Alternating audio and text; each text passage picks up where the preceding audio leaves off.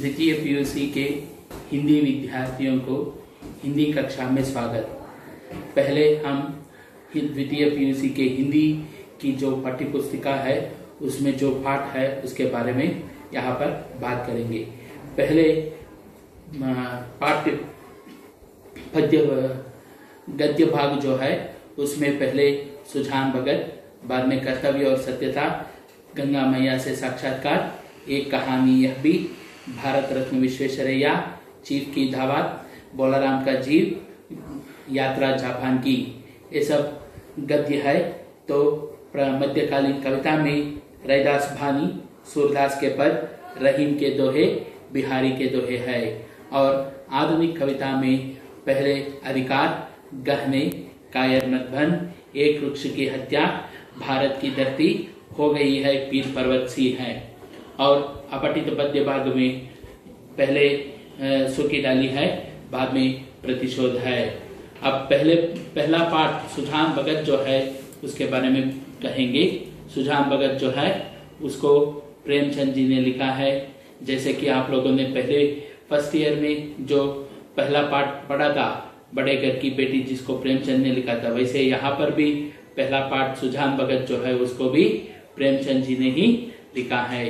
प्रेमचंद एक ऐसे कवि है जिन्होंने कविताएं, कहानियां और उपन्यास, नाटक सभी लिखे हैं।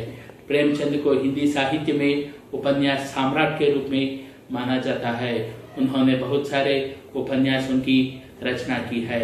उतना ही नहीं, 300 से भी ज्यादा कहानियों को उन्होंने लिखा है। उनकी कहानियों की खासियत, जैसे कि मैंने पहले ही बताया है, वहाँ पर ग्रामीण जीवन, वहाँ पर देहाती किसानों की जिंदगी के ऊपर कहानियां लिखी हुई है। यहाँ पर भी जो लेसन है सुजान भगत, उसमें भी सुजान महातो नामक एक किसान जो अपने मेहनत से आगे बढ़कर शहर गांव का पंचायत का सदस्य तक जो बनता है उसके बारे में दिया गया है। यहाँ पर सुजान भगत जो है उस पाठ के पहले 2 हिस्से जो है उसको आज हम पढ़ेंगे। अभी सुजान भगत पाठ जो है उसको सुन लो। सीधे साधे किसान धन हाथ आते ही धर्म और कीर्ति की ओर झुकते हैं। दिव्य समाज की भांति वे पहले अपने भोग विलास की ओर नहीं दौड़ते। सुजान की खेती में कई साल से कंचन बरस रहा था। मेहनत तो गांव के सभी किसान करते थे, पर सुजान के चंद्रमा बली थे। ऊपर से उसर में भी धाना चीटी आता तो कुछ ना कुछ पैदा हो जाता था। 3 वर्ष लगातार उक लगती गई। उधर गुड़ का भाव तेज था, कोई 2-2.5 हजार हाथ में आ गए। बस चित्त की वृत्ति धर्म की ओर झुक पड़ी। साधु संतों का आदर सत्कार होने लगा। द्वार पर धुनी झलने लगी। कानून के इलाके में आते तो सुजान महातो के चौपाल में ही ठहरते। हल्के के हेड कांस्टेबल, थानेदार, शिक्षा विभाग के अफसर एक ना एक उस चौपाल पर पड़ा ही रहता।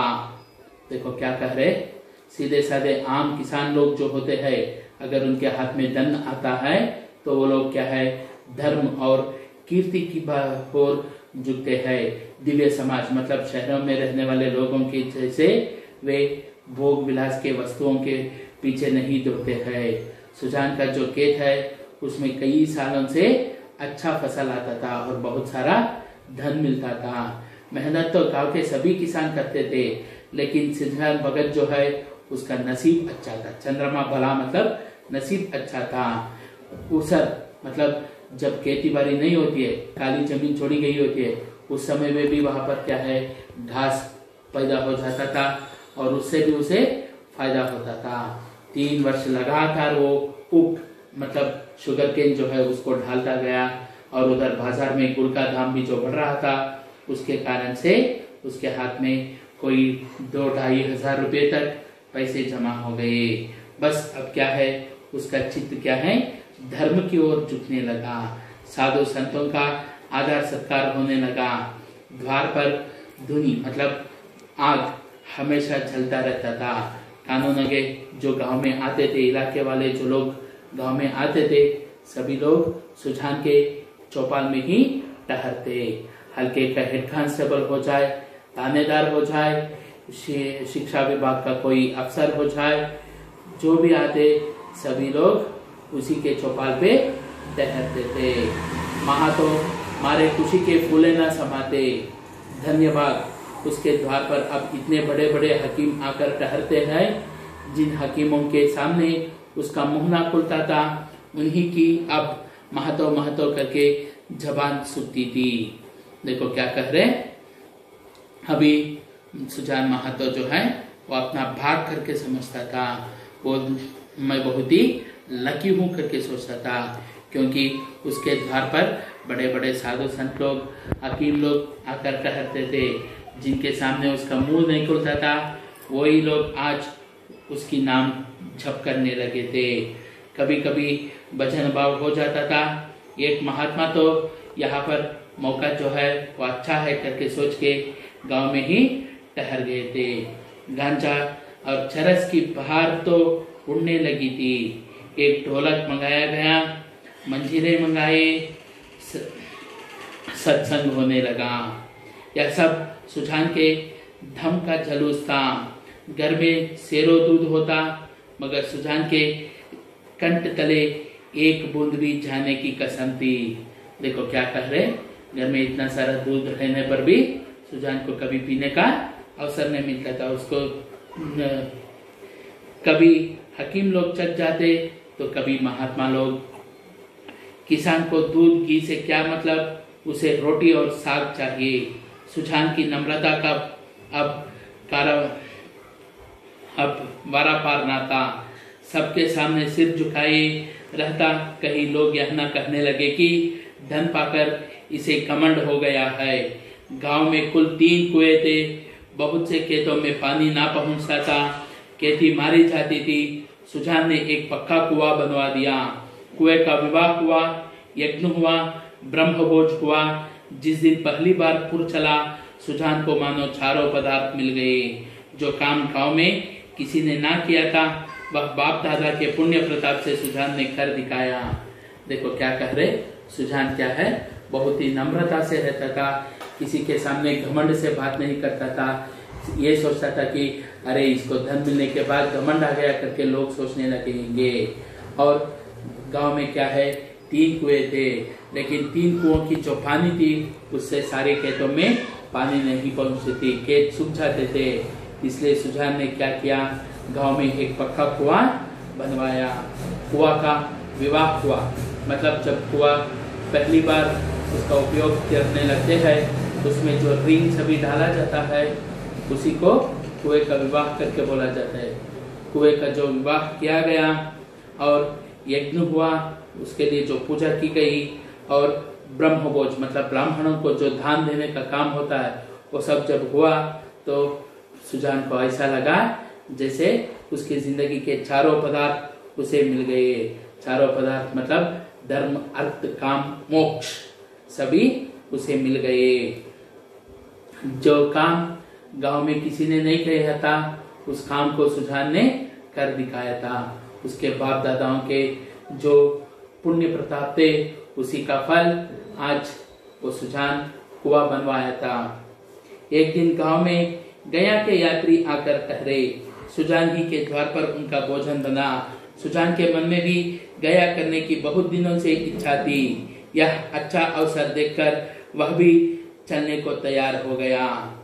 देखो क्या कह रहे, एक दिन गांव में गया के यात्री लोग आए, गया जाने वाले यात्री लोग आए। वो लोग भी सुजान के घर पर ही ठहरे। वह तो सुजान को भी गया जाने के बारे में बहुत दिनों से इच्छा थी, और अब ये एक अच्छा अवसर करके समझ के वो भी उन लोगों के साथ चलने के लिए तैयार हो गया। उसकी स्त्री बुलाकी ने कहा, अभी रहने दो, अगले साल चलेंगे। तो देखो सुजान की पत्नी जो है बुलाकी, वो कहने लगी अभी रहने दो, अगले साल जाएंगे। सुजान ने गंभीर भाव से कहा, अगले साल का क्या होगा कौन जानता है। धर्म के काम में मीन मेष निकालना अच्छा नहीं, जिंदगानी का क्या भरोसा। देखो सुजान क्या है, एक गंभीर भावना में वो कहने लगा, अगले साल क्या होगा किसे पता। अभी धर्म का जो काम है उसमें आगे पीछे, मीन मेष मतलब आगे पीछे देखना नहीं चाहिए। जिंदगी कब है कब नहीं किसे पता, जिंदगानी के ऊपर क्या भरोसा करके कहने लगा वो। बोला कि हाथ खाली हो जाएगी। देखो उसकी पत्नी कह रही है कि अगर हम जाएंगे तो हमारे पास जो पैसा है वो खत्म हो जाएगा, हाथ खाली हो जाएंगे करके बोलियो। सुजान, भगवान की इच्छा होगी तो फिर रुपये हो जाएंगे, उनके यहाँ किसी बात की कोई कमी है। तो देखो सुजान क्या कह रहा है, अगर भगवान की इच्छा होती है तो पैसे फिर से आ जाएंगे, उसके यहाँ पर किसी बात की कभी कमी रही है क्या करके पूछ रहा है। बोला कि इसका आप क्या जवाब देती, सतकाली में बाधा डालकर अपनी मुक्ति क्यों बिगाड़ती। प्रातःकाल स्त्री और पुरुष गया करने चले, वहां से लौटे तो यज्ञ और ब्रह्मभोज की तहरी, सारी बिरादरी निमंत्रित हुई, 11 गांवों में सुपारी फाटी। इस धूमधाम से कार्य हुआ कि चारों ओर वाह वाह मच गई। सब यही कहते थे कि भगवान धन दे तो दिल भी ऐसा दे। घमंड तो छू नहीं गया, अपने हाथ से पत्तल उठाता फिरता था। कुल का नाम जगा दिया, बेटा हो तो ऐसा हो। बाप मरा तो घर में बुनी भांग भी नहीं थी, अब लक्ष्मी घुटने तोड़कर आ बैठी है। देखो बुला कि अब इस बात पर क्या बोलती, सत्कारी में बाधा डालकर अपने मुक्ति को क्यों बिगाड़ लेती। तो प्रातःकाल दोनों पति पत्नी गया के लिए रवाना हुए। वहां से जब वापस आए तो फिर यज्ञ किया गया, ब्रह्मभोज दिया गया। इन सब और सारी बिरादरी रिश्तेदार जो है उन सभी को आमंत्रित किया गया, सभी को खाना दिया गया।